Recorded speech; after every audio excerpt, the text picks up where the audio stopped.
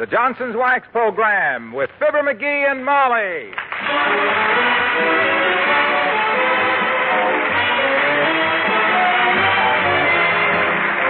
The makers of Johnson's Wax products for home and industry present Fibber McGee and Molly with Bill Thompson, Gail Gordon, Arthur Q. Bryan, and me, Harlow Wilcox. The script is by Don Quinn and Phil Leslie. Music by the King's Men and Billy Mills Orchestra.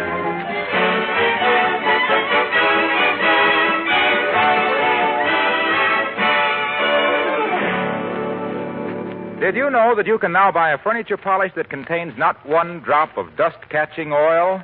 It's called Johnson's Cream Wax, and it's made by the makers of the famous Johnson's Wax, especially for your furniture and light-colored woodwork. Believe me, you're going to like Johnson's Cream Wax. It's quite different from any polish you've ever tried. You see, this creamy white liquid polishes with wax instead of oil. So it not only gives your furniture and light-colored woodwork rich, wax-polished beauty, it also leaves a hard, dry finish to which dust and dirt can't stick. Occasional dusting keeps your cream-waxed furniture shining clean. And here's another nice thing you'll like about Johnson's Cream Wax. It has amazing cleaning power. Fingerprints and dirt completely vanish while you polish. Cream Wax will give sparkling beauty to your refrigerator and other white kitchen equipment, too. Try it. Johnson's Cream Wax to bring out the beauty of the home. Look on the bright side, shine up the right side, bring out the beauty of the home.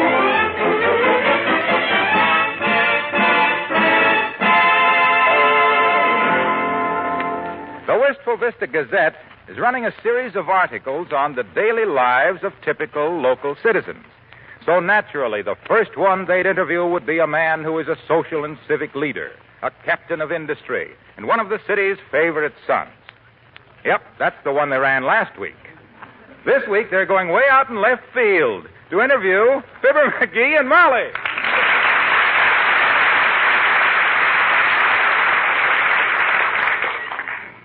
That's right, Mrs. Toops. Clementine Clark's column in the Gazette. Yes, McGee and me. How's that? Oh, she wants to spend the day with us and write it up. Yes, any minute now. Be sure and read it tomorrow. Goodbye, Mrs. Toops. McGee, I think she's jealous. Well, Nat, the only time the Toopses ever made the papers was the time Mort stooped over to pick up a nickel at the Bonton and got his necktie caught in the escalator. Say, I don't remember that. You don't? It tossed him right on his kisser in the gent's underwear. You saw the headlines. Escalator throws man on osculator. Hey, what time's that what's-your-name from the Gazette due, Molly? Clementine Clark. Yeah. She didn't say exactly, dearie, just sometime this morning. Mm-hmm. Oh, my, I'm so excited. Imagine us getting written up in the paper. Yeah, well, I want to get this desk glittered up good here now. Give it that new look. I just cleaned that desk up, McGee. That's okay. I got it messed up good now. As soon as the doorbell rings, you let her in, see? I'll be working on my novel here, and I'll turn around... Your novel? You know my novel, Molly. The one I started in high school. Oh. Now, McGee, the woman doesn't want us to do anything unusual. She wants a story of just an average day with us. Oh, my gosh, you know me, Molly. I never had an average day in my life. There's always something. I'll give her plenty to write about, though. Don't you worry. Well, I only hope you don't... Oh, here she comes. Quick. Where's my novel? Oh, here it is. My pencil. Where's my pencil? I gotta have a pencil. Behind your ear. Here. Oh, which ear? Oh, my gosh, she's coming. I want to look. Oh, here it is. Okay, let her in. Come in. Hello there, kid. Oh, my... Hi, old-timer. Hello, Mr. Oldtimer. We thought you were somebody else. You did? Yeah. Must be the way I got my hair combed different, daughter. You like it parted in the middle like this, kid? Yes. Very nice. Yeah, that's a swell part you got there, all right. Must be 6 inches wide. Yeah, it seems like I got more skin on my head than I used to, Johnny. You ever stop to think maybe your hair is getting thinner? Hair getting thinner? Who ever heard of hair getting fat? No kidding. You ought to do something about it, old-timer. Ever try bay rum? Yeah, it's no good, Johnny. Huh? I tried it lots of times. But all it does is give me the hiccups. Say, you kids were expecting somebody. Who? A reporter from the Gazette, Mr. Oldtimer. She's coming to interview us. Is that so? Yeah. I used to be in the newspaper racket myself, kid. Yeah? Yep, I was the first girl reporter in Chicago. Girl reporter? Yep. I reported a girl for picking my pocket, Johnny. A policeman come up and he made her give me back my Mickey Mouse watch and all 3 wallets. 3 wallets? My gosh, you were lucky to get all of them back. I sure was, Johnny. I'd always wanted a wallet, too. Well, I worked around a newspaper office myself at one time, running errands and stuff. I didn't know that, dearie. What were you, a printer's devil? I guess so. They were always telling me to go straight to... A McGee. Huh? That's pretty good, Johnny. But even if you'd have finished it, that ain't the way I heard it.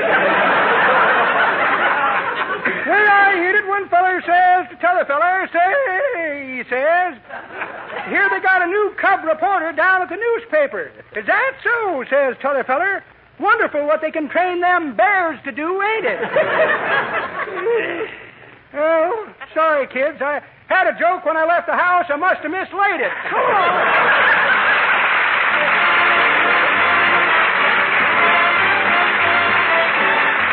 Billy Mills from the orchestra and Peggy O'Neill.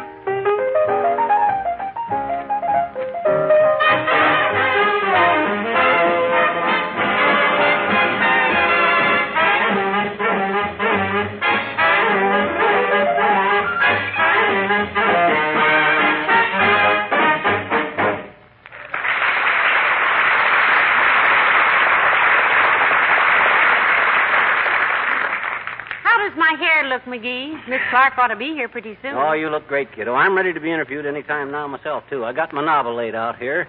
A few old telegrams scattered around the desk. No cablegrams? No, I don't want to exaggerate. Boy, oh boy, this town will really sit up when they read the story she pries out of me. Just imagine the headline, Fibber McGee, prominent author, sportsman, artist, sculptor. Oh, hey, sculptor. Where's my modeling clay, Molly? I got to have my modeling clay out here in the... McGee, no, please, now. I put that stuff up in the attic the last time I scraped it off the Davenport. Oh. Well, I can get it later. I hope you didn't muss it up, though. I was working on a thing of Doc Gamble. Sort of a bust. A brave confession. Boy, will Doc ever be jealous when he sees all the publicity we're getting tomorrow. Oh, boy. He'll burn up like a bride's toast. Well, when the lady interviews us now, dearie, let's be honest with her. Let's just be ourselves. What? And have the interview come out dull? No, sir. These papers want color, kiddo, and I'm going to give them color. Boy, when... Uh-oh, it's her, McGee. My Yes? goodness, I'm so... Come in. How do you do? I'm Miss Clark from the Gazette. Oh, come right in, Miss Clark. I'm Mrs. McGee, of course, and this is my husband, Mr. McGee. Dearie, here's Miss Clark. Dearie. I didn't hear someone come in.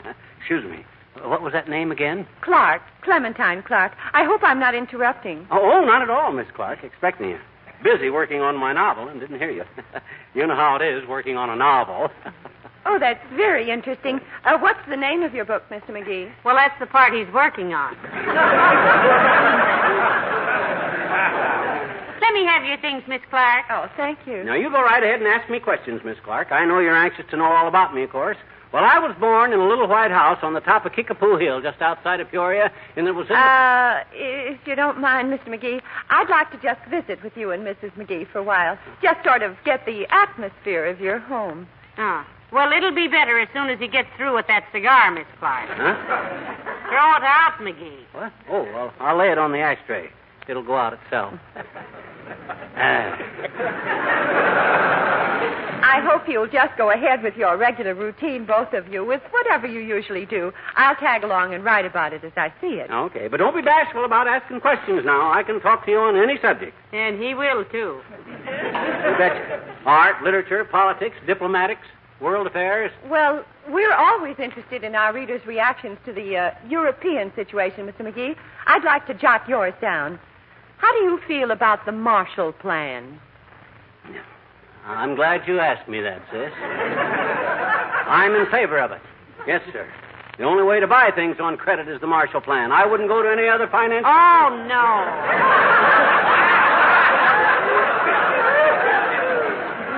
No, dearie. That's the Morris Plan. Oh, the Marshall Plan. Sure, that's the plan for European relief. Yes. Oh, that Marshall Plan. Well, the way I look at it, sis, if Marshall likes it, it's good enough for me. Very nicely stated. Yes, sir. Any guy that can make as much money in Wall Street as J.P. Marshall ought to know how to handle it. I think you're thinking of J.P. Morgan, Mr. McGee. Oh, what did I say, Marshall? I meant to say Morgan. A good man, Morgan. I'll vote for him. You can print that, sis. I hope you wrote all that down, Miss Clark. I doubt if we could do it that way again. Say, would you like to come... Oh, I think that's Mr. Williams, McGee. Come in. That's the weatherman, Mrs. Clark, lives next door. Hi, Foggy, old man. Hello, Mr. Williams. Hello, Mrs. McGee and Mr. McGee. Well, Miss Clark. How are you, Mr. Williams? Oh, you two know each other, huh? Oh, yes. We see each other at the Gazette. Quite a surprise finding you here, though, Miss Clark. I thought you only interviewed people of interest. I thought you were doing stories about important... Hasn't the weather been lovely sometimes? Miss Clark is going to do a story about us, Mr. Williams. Yeah. Did you ever have make the headlines yourself, Foggy? Oh, yes, Mr. McGee. I remember it quite well. Yeah? I predicted rain 3 days in a row, and it rained every day. That's awfully good predicting, Mr. Williams. You must have some wonderful instruments. May I tell you a little secret? Yeah? My instruments were broken that week, and I called my shots from my uncle's rheumatism. Nice running into you here, Mr. Williams. Have you lived next door to Mr. McGee very long? Why, let me see now. The first week I moved here, he borrowed my hammer and some shingle nails. The next week, shingles. Then there was the folding ruler and 8 feet of gas pipe week. 10 feet. I got another piece after you went to work. Oh, pardon me. Then the snow shovel, lawnmower, and beach umbrella. The weather was uncertain that week. I never take any chances. Then there was the week he borrowed the rug out of the front hall. Rug out of your hall? What on earth did Well, he... I believe he wanted to get under his car to grease it, Mrs. McGee. That's right. I had on a clean shirt of Foggy's. And the leg off our card table to replace one he broke on his own. That makes 10 weeks. Good heavens. Have I only been living next door for 10 weeks? Seems like... Well, I must get home and check my groundhog. Good day, probably.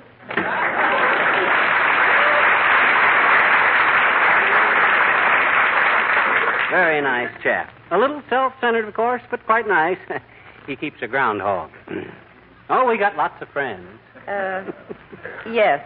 Well, I'd like some information on... Now, you take Doc Gamble, for instance. He's a doctor. He's known me so long he can't stand me. Very jealous type of guy. When he sees this big story on me in the paper tomorrow, boy, will he blow a fuse. Yes. Mrs. McGee, suppose you tell me a little about yourself for a change. Just general information about... Me? Oh. There isn't anything to tell about me, Miss Clark, really. I'm just a housewife. Housewives are important, too, kiddo. Yes, sir. If it wasn't for you, I couldn't have done lots of the things I've done. Why, I mind one time... Excuse me, Miss Clark. Come in. Hello, Molly. Hi, pal. Come in, Mr. Wilcox. Miss Clark, this is Mr. Wilcox. Mr. Wilcox, Miss Clementine Clark. How do you do, Miss Clark? Doing a story on us, Junior, for the Gazette. Feature article. Oh, I've been reading your current series, Miss Clark. Very interesting. Thank you. I'm just trying to get Mrs. McGee to give me an angle for her side of the story here. The housewife's angle is pretty important, you know. It certainly is, and I'm happy to see it eliminated.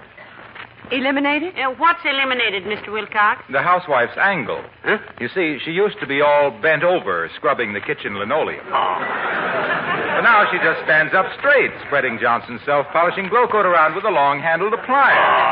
And watching it dry in 20 minutes or less to a brilliant, gleaming finish that keeps her linoleum much more beautiful with much less work and worry. You've discovered in your interviews, Miss Clark, that a housewife's very first interest is her home, of course. Her home? How about her husband? Well, he ought to be interested in it, too. He lives in it. And if a husband is interested in his home and in his wife, he won't let her keep house without Johnson's glow coat. When he sees the handsome, glistening finish of a glow-coated kitchen floor and the bright, happy sparkle it puts in the eyes of his wife, he'll insist she use Johnson's self-polishing glow coat always.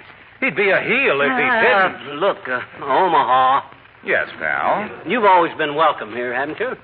Why, I think so, pal. Well, let's not take any chances with a beautiful friendship, son. Nice to have seen you. Oh, I see what you mean. Yeah. So long. Goodbye.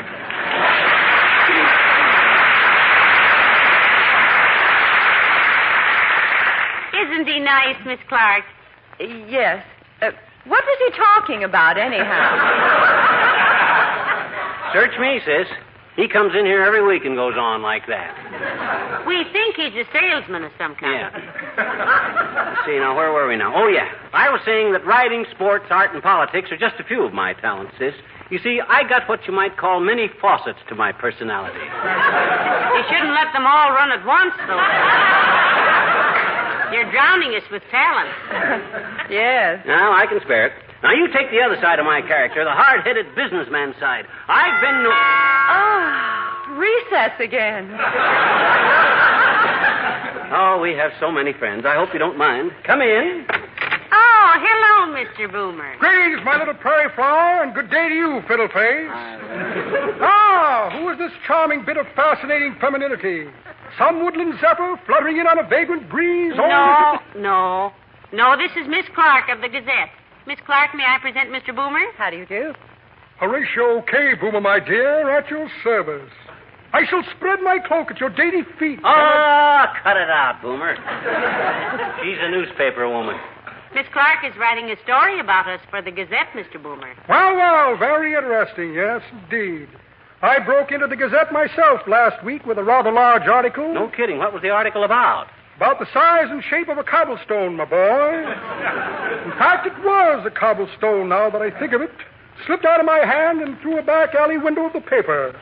I went in after it and was interviewed by 3 detectives. Never saw so many knuckles in one bunch. What business are you in, Mr. Boomer? He never answers that question without a flock of bright lights in his eyes and somebody shaking him. Quiet, you insolent puppy! At the moment, my dear, I'm the sole local representative of the Ajax Little Gem Guaranteed Fruit Jar Opener. Oh. Guaranteed to open any jar with a simple twist of the wrist or your $50 back. Oh, really, Mr. Boomer? We always have trouble opening fruit jars. Happy to show you a sample, my dear. Fruit jar opener, fruit jar. Now, what did I do with that opener? Here's an interesting photograph of my Uncle Macintosh, Boomer, playing the bagpipes with his trusty jug empty beside him. He was the original pie-eyed piper. Here's a turtleneck sweater knit by a girl with tortoiseshell glasses. Might have fit better if she'd used knitting needles. The jar opener, Boomer, the opener, remember? Yes, what do I do with that jar opener? Now, here's a fox choker for choking foxes. And a check for the short beer. Well, what do you know? Here's the jar opener right here. Why, in that package? Let's see it. Open it up. Sorry, it's sealed for sanitary purposes, my boy. Oh, well, how does it work, Homer? Very simple, Simon. Yeah? Inside this package, you'll find a brick bat. Oh. Simply take the jar, bat it with the brick, and it'll open like a fractured ball. Ta-ta, Toodles, chop, chop, chomp, and so long, sob sister.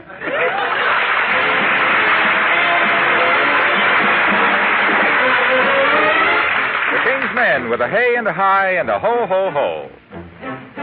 Never give up when the going gets rough. There's a way to stay out of trouble. Never no tears for the fellow who's cheery. Start every day on the double. With the hey and the hi and the ho, ho, ho. You start each day with a go, ho, ho. Singing all the way as you go, ho, ho. With a hey and a hi and a ho, ho, ho. Up go the blinds and you know, ho, ho. It ain't gonna rain anymore, ho, ho. Sun's gotta shine 'cause you made it so. With a hey and a hi and a ho, ho, ho. While you buy the paper, hum a little happy little hum. Cut a little funny little paper. Happiness, here I come. With a hey and a hi and a ho, ho, ho. Smile from head to your toe, ho, ho. Toss away your blues as away you go. With a hey and a hi and a ho, ho, ho. Hey, hi, ho, ho, ho. Hey, hi, ho, ho, ho. Hey, hi, ho, ho, ho. With a hey and a hi and a ho, ho, ho.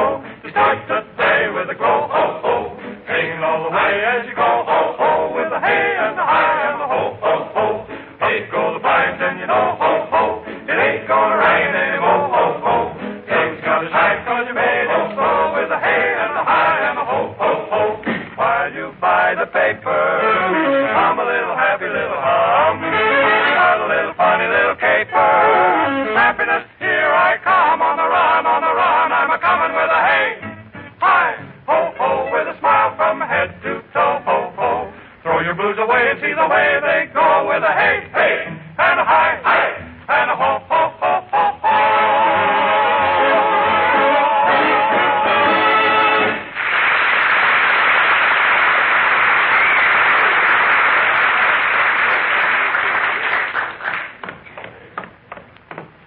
And the wallpaper here in the hall ties in with the color scheme in our bedroom, you see, Miss Clark. Oh, the whole house is so nicely done, Mrs. McGee. Well, thank you. McGee wanted to do our room in rawhide with a moose head over the bed. But I managed to talk him out of Well, that. did you see everything upstairs, sis? Well, I have quite a lot of notes, Mr. McGee. Now, sit down here and I'll fill you in on my background while you're resting. You see, the way I figure one's background is everything. I come from a very old family myself. Really? Yep, the last time I saw my family, there wasn't one of them under 65. And a happier bunch of hillbillies.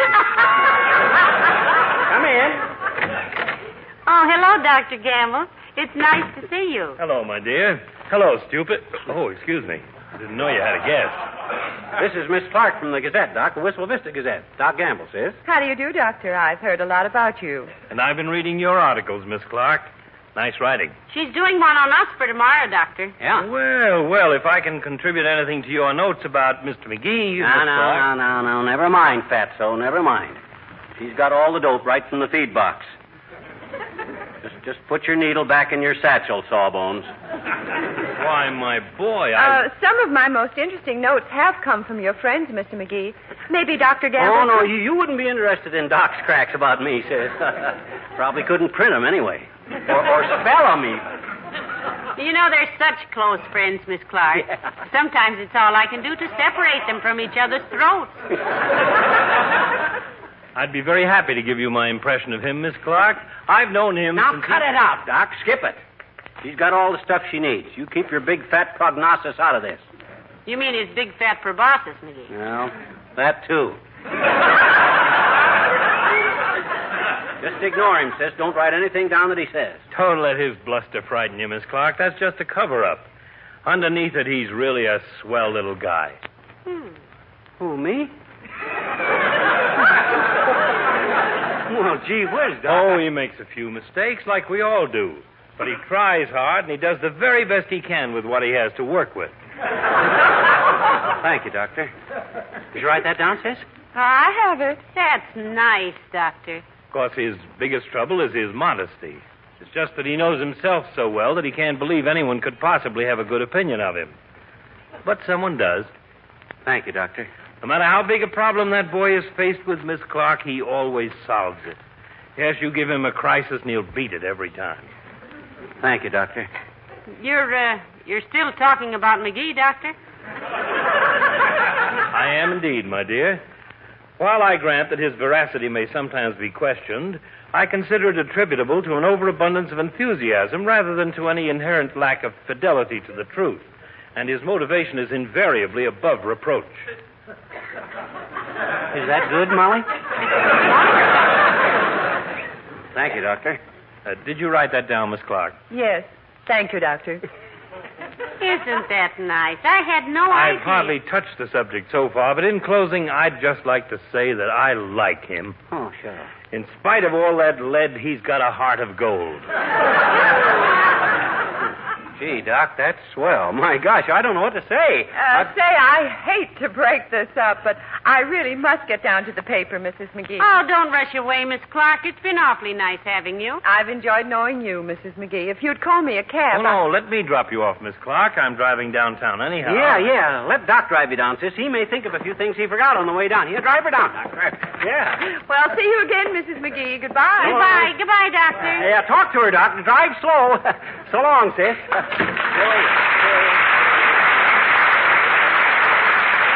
Boy, what a story that'll make. They'll really give us a write-up now. Good old Doc. Wasn't he wonderful? Yeah. I've always said he was a sweet Boy, character. did he ever get in there and pitch. Boy, oh boy, I can hardly wait to see that paper. How long do we have to wait for that?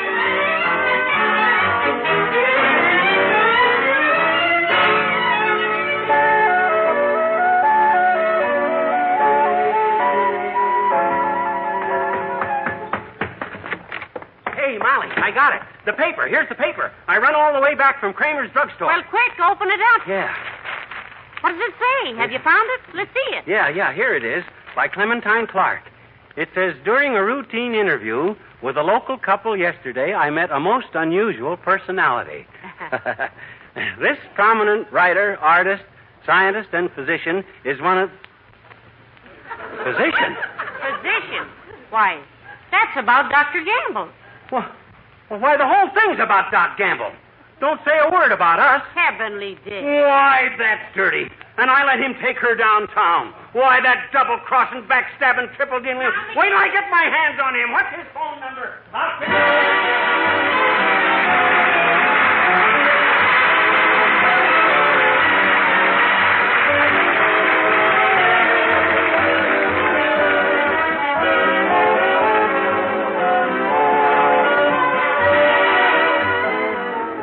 If you have a nice table or radio or some other piece of furniture in your home that you're especially proud of, I'd like to make a helpful suggestion. Try polishing that piece of furniture with Johnson's Cream Wax. Believe me, you'll get a most pleasant surprise. It's easy. Just rub on a little cream wax, let dry for a few seconds, then polish lightly.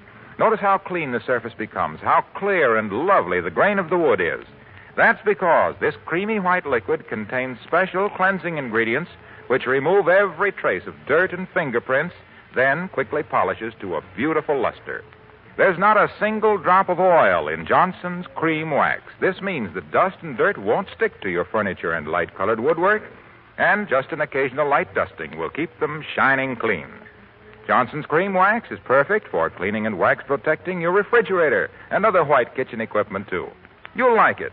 Johnson's Cream Wax, to bring out the beauty of the home. Look on the bright side, shine up the right side, bring out the beauty of the home.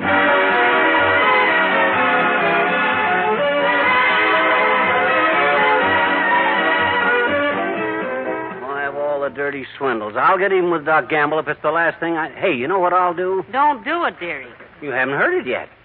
I'm going down to the hospital tomorrow and tell Doc I want my tonsils took out, see? What? Why, you had your tonsils out years ago, McGee. Sure. And when he gets me on that table under that ether and looks down my neck and sees how I double-crossed him, boy, will he burn. No, dearie. Oh, okay. Good night. Good night, all.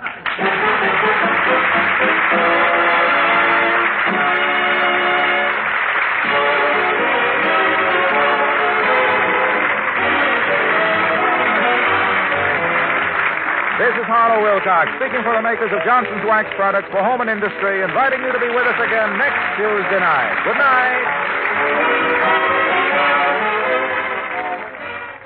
This is NBC, the national broadcasting company.